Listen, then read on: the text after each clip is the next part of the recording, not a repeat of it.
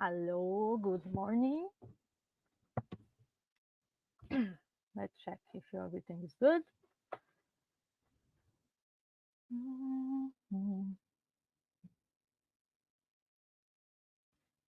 Apparently, yes. So, good morning again. My name is Neide. I'm a volunteer on Spirit Society of Ireland, and today I'm here to deliver the speech for you once more. All right. I hope you guys are good. Today has a beautiful sun outside of in Ireland. I hope the weather is good wherever you are, and let's enjoy the day after the speech, because it's not every day that we have a sunny day and a hot day in Ireland. So let's take advantage of that, right? But first thing first, I'm gonna do our initial prayer. After that, I will introduce the subject of today. Okay? So I invite you, everybody, to raise our thoughts to the Master Jesus, to the good spirits, and let's ask for the enlightenment for this moment, that these words that we'll be speaking today can reach our hearts, and that we can take the most of all to make our life better and more understandable, the reason that we are here in this planet. That the good spirit and Jesus Christ will be with us today and always. So be it. All right. So now I'm going to introduce the subject of today. Today we're going to talk about do not hide your lamp under the bushels. This is the chapter 24, chapter 24 of the Gospel Accord Spiritism. Focus? No focus? No, my camera don't focus. All right. But yes, basically we're going to talk about this chapter. Not all the chapter because it's quite big and we don't have enough time to go through the whole chapter. But I want to go through the beginning of the chapter. That for me is the most interesting to start. That is the lamp under a bushel. Why Jesus speak in parables? Basically, we're gonna see why Jesus speak in parables at that time and what the meaning when he say, "Don't put your lamp under the bushels," right? And we start here with the part when he say in the beginning, "No one lights a lamp to put it under a bushel. Rather, he put it on a lampstand so that it can illuminate all who are in the house." Is Matthew 5:15. There is no one who, after having lit a lamp, cover it with a vessel or put it under a bed.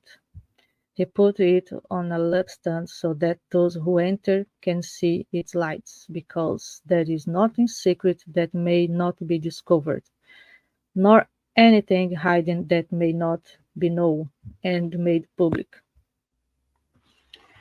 So I think first we need to understand what's the meaning of these words when he say don't hide a lamp under the bushel. First, I was checking what's the bushel because for me it was a new word and I want to understand exactly what was that. And it was a big basket that they used to carry stuff on that time. And basically, it's this one on the picture, and that's why he say don't put under, not hide, right? And on the second, he say that don't put under a bed, but to put on the stand when everybody can see.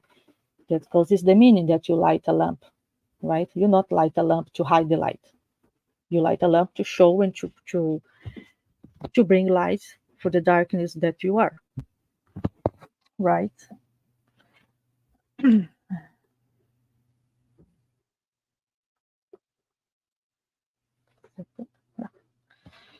And it's interesting because in this part, his disciples approached him and asked, "Why do you speak to them in parables?" And he answered them, "Because to you it has been given to know the mysteries of the kingdom of heaven, but to them it has not been given. I speak to them in parables because seeing they do not see, and hearing they neither hear, not understand. In, and then the prophecy of Isaiah is fulfilled when he say, "You will hear with your ears, but you will not understand. You will look with your eyes, but you will not see, because the hearts of those people have been dimmed. The ears have become deaf, and they have shut the eyes, tied lest the eyes see, the ears hear." But I'm gonna read from my book because I cannot read from there. Because the ears of these people have been dimmed. The ears can become deaf, and they have shut the eyes tied lest the eyes see. The ears hear, the hearts understand, and be converted, I may heal them. And that was the answer that Jesus said to the disciple. And basically, here he's talk about knowledge, the teachings that Jesus was giving to the people at that time. That's why he said to the disciples, "I speak to you because you are able to understand the words that I'm saying clearly." But for those people that at the time was a kind of not ready to hear properly what Jesus have to say clearly, is the same as a father try to teach a child, things that the children won't comprehend. You have a 3 years old kid, and you have to talk to this kid according to the kid to understand what you want to say. If you say on the same way that you say to an adult, the same subject you bring to them, they won't understand. They will look at you and say, "What are you saying? This doesn't make any sense to me." That's why Jesus in that time he used the parables to make more understandable for the people of the time, you know, to reach more the appropriate teachings, to pass the appropriate teachings to these people, because it's if not, it will be just a waste of time.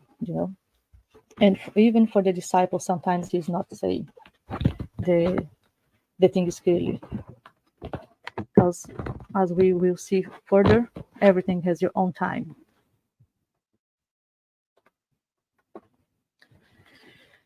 Okay. This does not mean, however, that one should inappropriate review everything.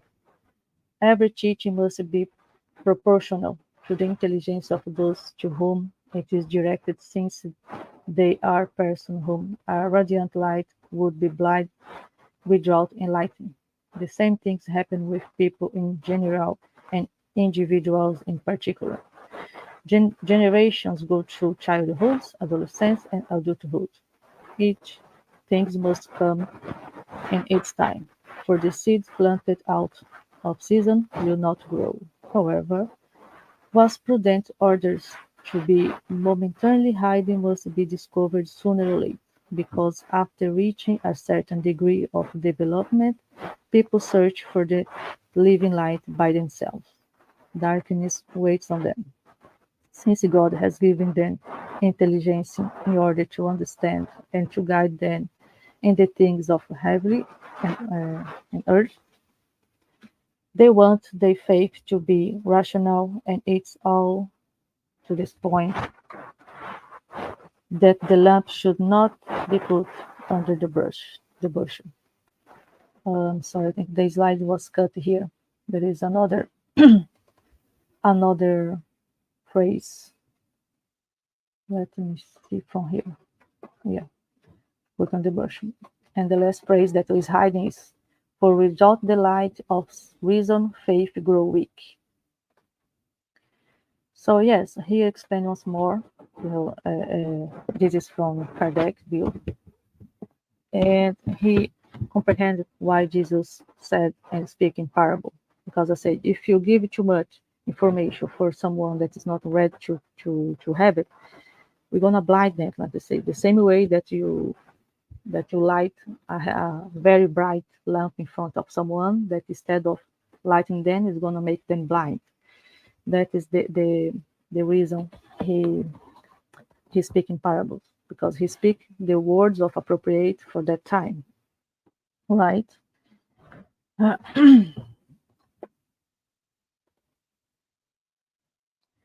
this can be no absolute mysteries, and Jesus is correct when he states that there is nothing secret that must not become known.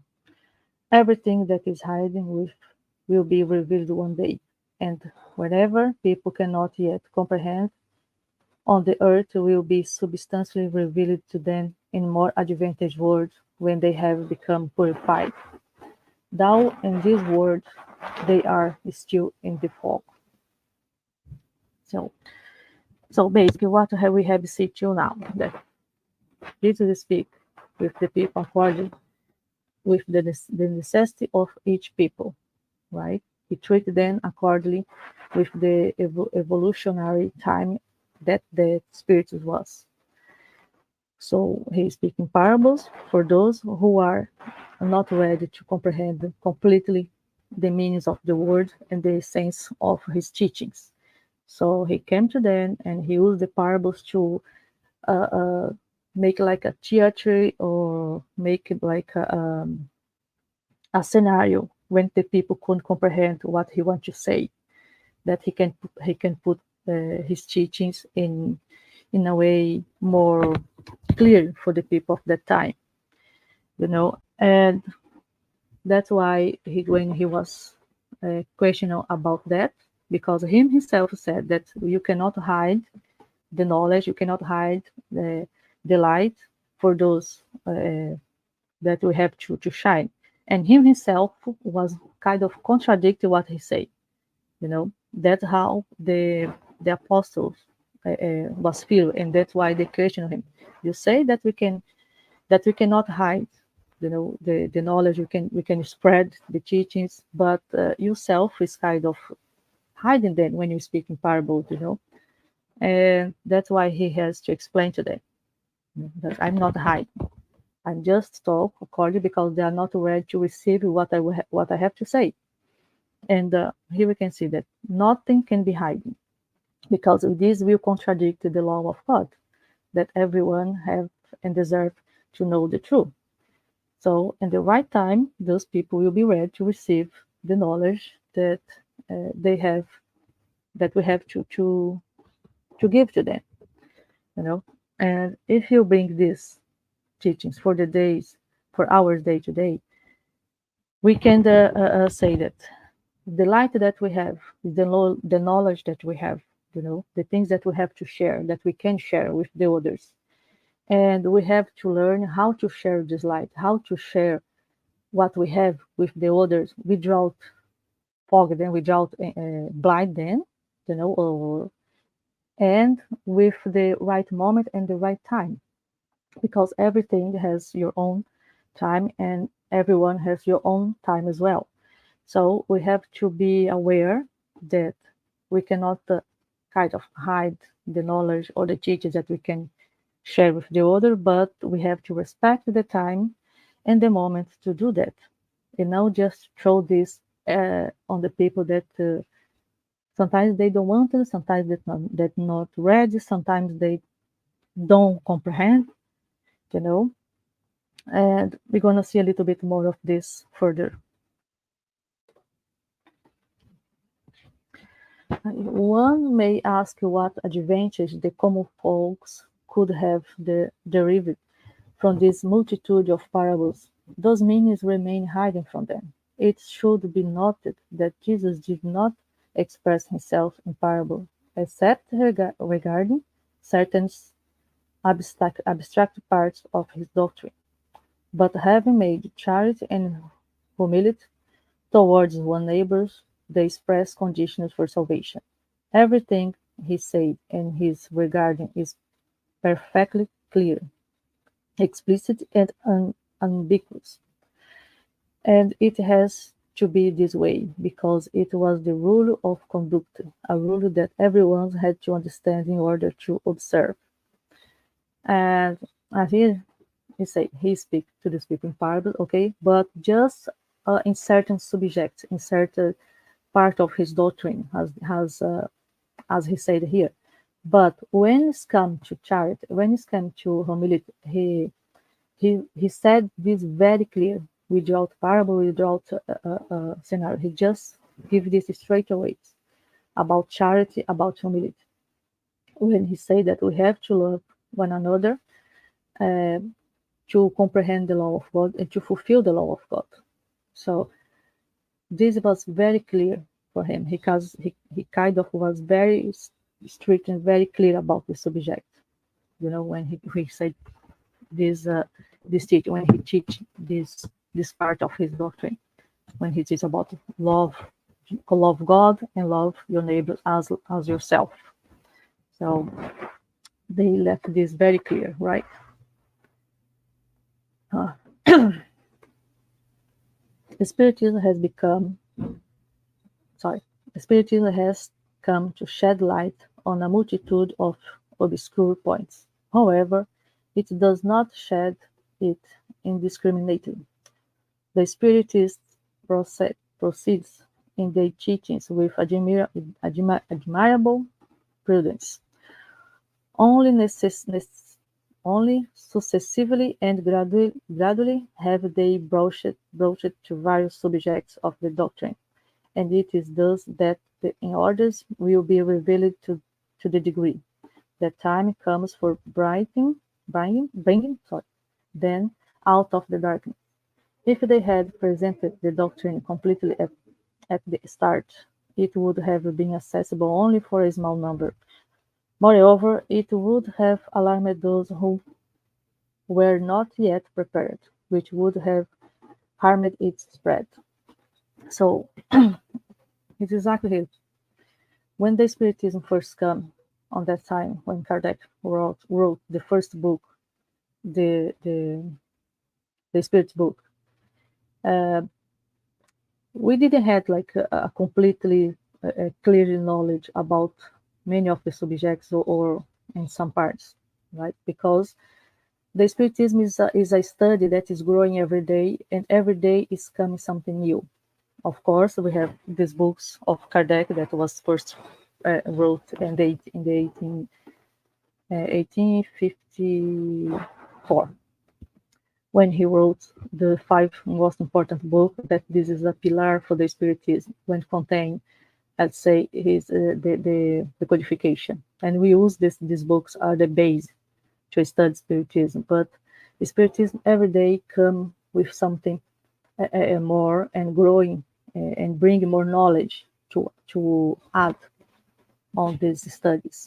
It's a constantly study, never stops. And that's why here as well, they use this methodology of the same as Jesus, because they didn't bring at once all the knowledge and say, this is the knowledge that you have to follow, that's it. Because they knew that for the people, and each time it was have to be prepared. Like they say, you have to prepare the soil before the plant, that the seeds can grow. And it was exactly what that they did. The Spiritism come first for certain people that was already prepared to receive these teachings, to understand these teachings, and after that they start to spread little by little to get to reach more people. The same as when Jesus brought his teachings. He brought first for a certain people, for a certain group of people that was already prepared, and was already they had already the soil done and was ready to receive the seeds. And Jesus came, planted the seeds, and these start to give more the fruit, start to spread around the people of that time. And the same happened with Spiritism, because wasn't in that time, wasn't everyone who could receive, and still today, not everyone who is ready to hear and understand these words. And you have to wait and respect the time for each people and for each one who will be able to have the knowledge. This is not just about Spiritism. If you bring this for our life, is something that I like in Spiritism, is because we can take the teachings and make this real and useful in our life, in our day-by-day life. If you have something, if you want to share something with someone, and you do this on the wrong time, on the wrong way, instead of help someone, instead of spread what you want, the teaching that you want, you're gonna just make this more difficult for them to reach. We're gonna kind of frighten it or make the person uncomfortable, or you know this kind of situation. So sometimes it's better wait and reach the right people on the right time. And this is exactly what they did with the Spiritism doctrine.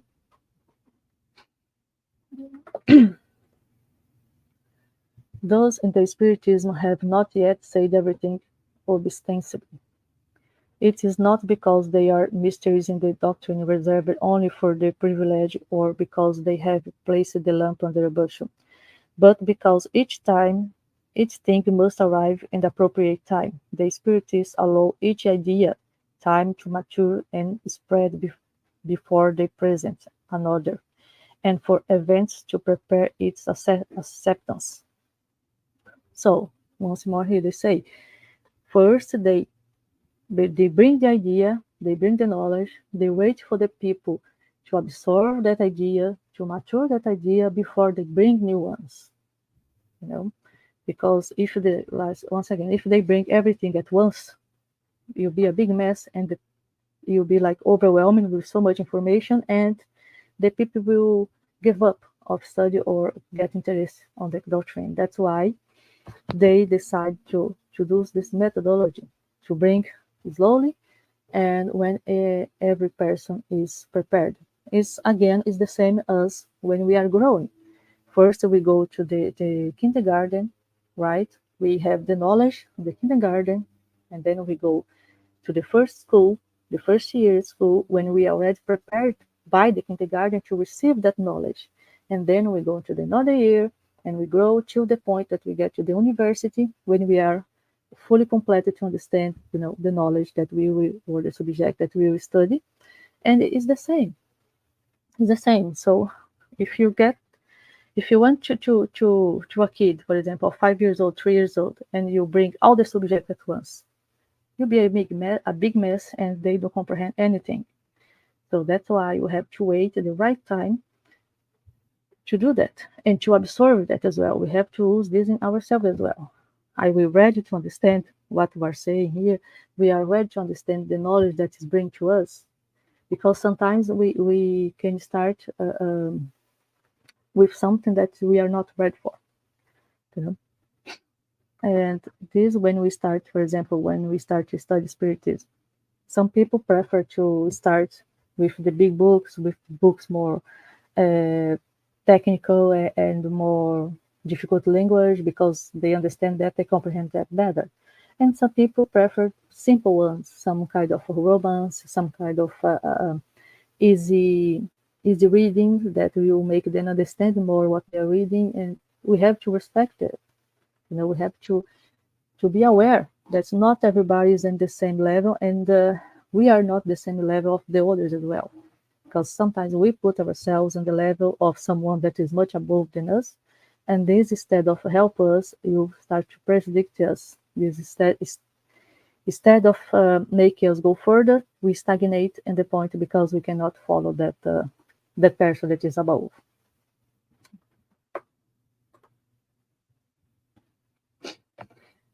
And that is the second part in this chapter, when you say, do not go to the Gentiles.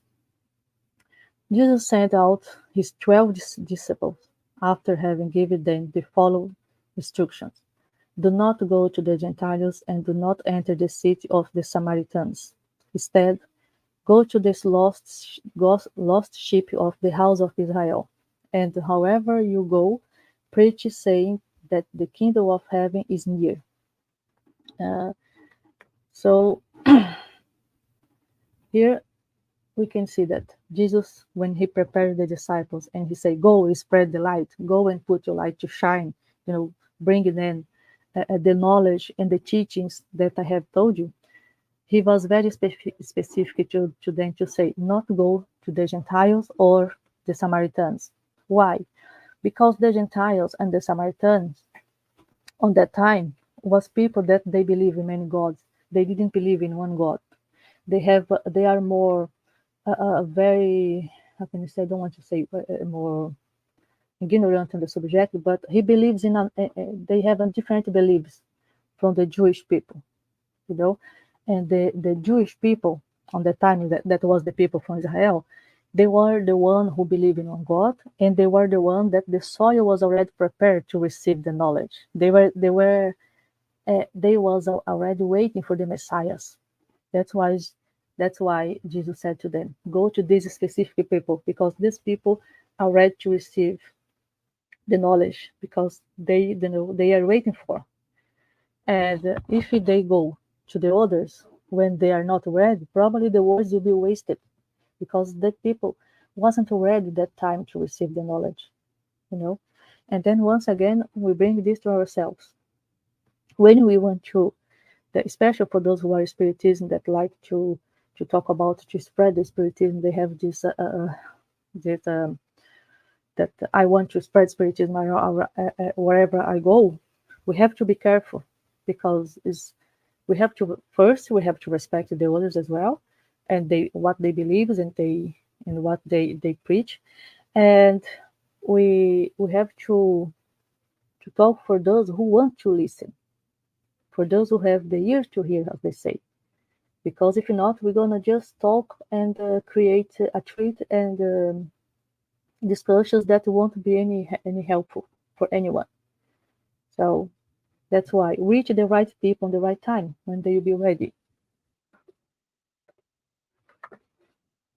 In many circumstances, Jesus showed that his signs are not limited to the Jewish people, but that they encompass all humankind. Therefore, if he told his disciples not to go to the pagans, it was not that he disdained to convert them, which would have been uncharitable, but because the Jewish who believed in the oneness of God and awaiting the Messiah has been prepared by the law of Moses and the prophets to receive his words. Among the pagans, where even the base was lacking, everything needed to be done, and the disciples were not yet sufficiently enlightened for such a weighty task. That is why he told them, go to the lost sheep of Israel, that is, go and sow on the ground that has already been prepared, knowing that the conversion of the Gentiles will come in its own time. Later, in fact, the apostles would plant the cross right in the midst, midst of paganism. And see again, they say to us, see, that's why he said that, because the soil was ready, the people were ready to receive. And later on, those people will receive as well the teachings and the knowledge. This will come to them as well, because, uh, as he said here, it will be uncharitable to deny this knowledge or this information for those for certain people. Because this the law of God, the law of and the teachings of Jesus was bring it to everyone without exceptions. But those people will receive these teachings on the right time, as they say. And this happened at that time with the people of the paganism, those people who didn't believe in one God.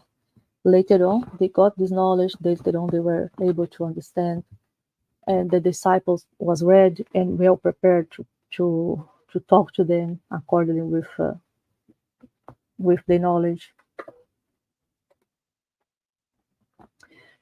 It is worth more to open the eyes of 100 bright persons who desire to see clearly than one person who takes pleasure in darkness, because doing so increases to a great proportion the number of those who will support the cause. Leaving others alone is not indifference but a good policy. Daytime will come when they are persuaded by general opinion, and when they hear the same things constantly repeated around them. So once more here he said, that is not you deny them to be to be able to listen the words or to have the knowledge, but is a respect for them. It's a good policy. You know, don't try to impose on someone something that they are not ready to receive. You know, respect them on the right time that you have it. Sometimes this person needs to hear the same thing as they say many times. You know, if everyone around start to talk about, this person will start to get to know more. Have curiosity to understand why there is so many people talking about the subject, and him himself will look for the knowledge. Him himself will look for that. It's the same when we want to spread spiritism. If we start to talk with people here, people that are ready to receive, and there is someone that on your cycle that is kind of, I don't want to hear that. I don't want to talk about that. We have to respect them. But if you talk with the people around, if you go with the respect of the time, this person one day you start to get interested. Why so many people talk about that? Why I hear so many about this? I want to understand why this is. They like this or they follow this, and then this person will, by their own will, search for the knowledge, search for the to get to know the subject. And this is, again, a good policy. Respect the others' limitations, the other doctrines, the others' space. Don't impose your beliefs on the others.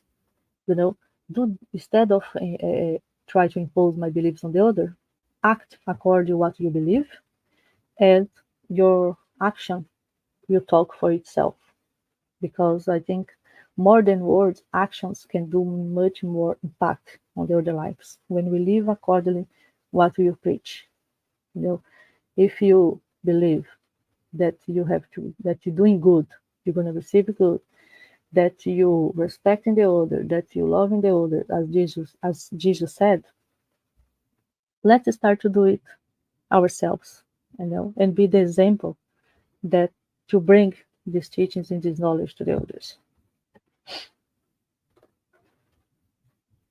In the time of Jesus, and as consequence of the narrow-minded and materialistic ideas of those days, everything was circumscribed and localized. The house of Israel was a small nation. The Gentiles were small nations surrounded. Today, ideas are universalized and spiritualized. The new light is not a privilege of anyone's nations, though there are no barriers to it. It shines everywhere, and all humans are brothers and sisters. Moreover, the Gentiles are no longer a people, but an opinion that is found everywhere and over which the truth triumphs little by little, just as Christianity triumphs over paganism. They are no longer combated with weapons of war, but with the powers of an idea. So these words was wrote and more than almost 200 years ago, the time that we didn't have internet, but we had the books, and we have more like trains that the people could travel, this kind of stuff, right? Now, imagine today with internet and with so many technology and so many fast way of communication that we have. We are here using one of them, internet. So we can spread this much quick, as they say. That is not a thing that is hiding anymore. Now information and knowledge is found much easy and quick, you know, everywhere. So as they say here, the Gentiles today is just the idea. It's not a people, it's not a nation, but it's an idea that will little by little be less and less, because the people will have the information. The right information will reach the right people on the right time. So I believe that today we have a great uh, way to spread, to communicate. So let's use it in a good way. Let's use the technology and the communication in a good way to spread good news, to spread information, to spread the the words of Jesus, love. Sometimes you don't have to write specifically, but in little things that you do, in little things that you say, is a way to spread the good news and the law of love. You know, and I hope that you guys could follow and understand the rationality of today and this chapter. But to to better understand, I really recommend you guys to read this chapter 24 uh, on the Gospel according to Spiritism. Don't hide your love under the brush, and try to read like slowly and try to comprehend the words what they want to say, because our slides is our knowledge, is the good things that you have to share for those with everyone. Do we have to do this with on the right time, on the right moment, with the right people? You know, to not get tired and not to waste our energy, our um, words with those who are not enough. Let's respect them as well, because each one of us are in different path of evolution, and we have to respect that. And it's not because you are not spiritist that you are not right. There is no right or wrong. Spiritism is just a way of understanding and teaching Christianism. But the most important, you live according the law of God, you know, and not um, which religion or which uh, beliefs. If you believe that the law of God and respect your neighbors and be good to the others is already something really good and a step further in our evolution. So I hope that you could comprehend that. Oh, sorry, I moved too fast.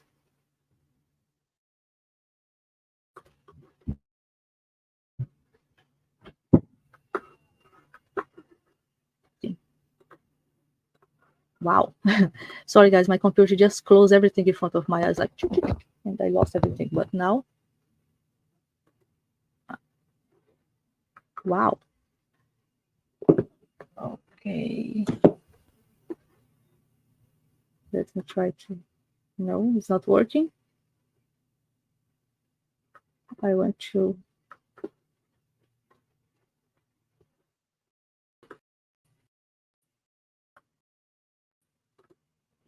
Wow.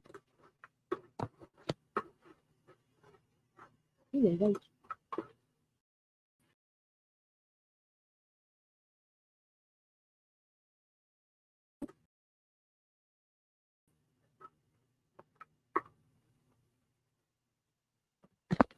Okay, I think I have technical problems here.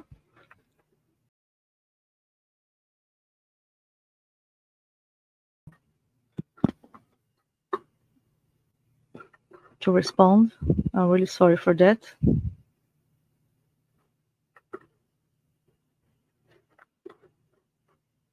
Wow.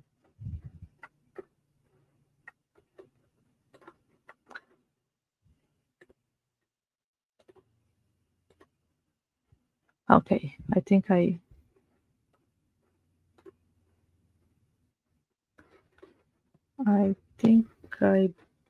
get full control again. Yeah, because I kind of lost control of the. Let's see. Okay, okay, that's our activities. We have a Sunday speeches uh, online at 11:15, and every 50 days we have in presential as well on same time start with the healing. All the information is on Facebook and as well in our Instagram page. We have the talk show Tuesday to Thursday from 7:15. We have the healing, our Spasi, Tuesday at 7:30 on YouTube. The studies group is changed the day. Before was Wednesday, now is Monday. If you want to get part and join us in our studies group is on Mondays and 8 o'clock on the Zoom. If you want, just send a message to us and I will send you the link. Okay.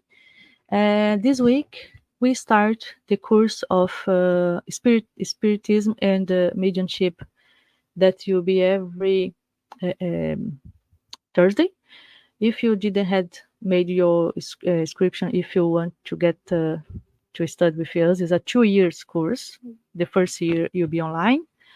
And if you want to get more information, all the information and the form to sign up for the course is on our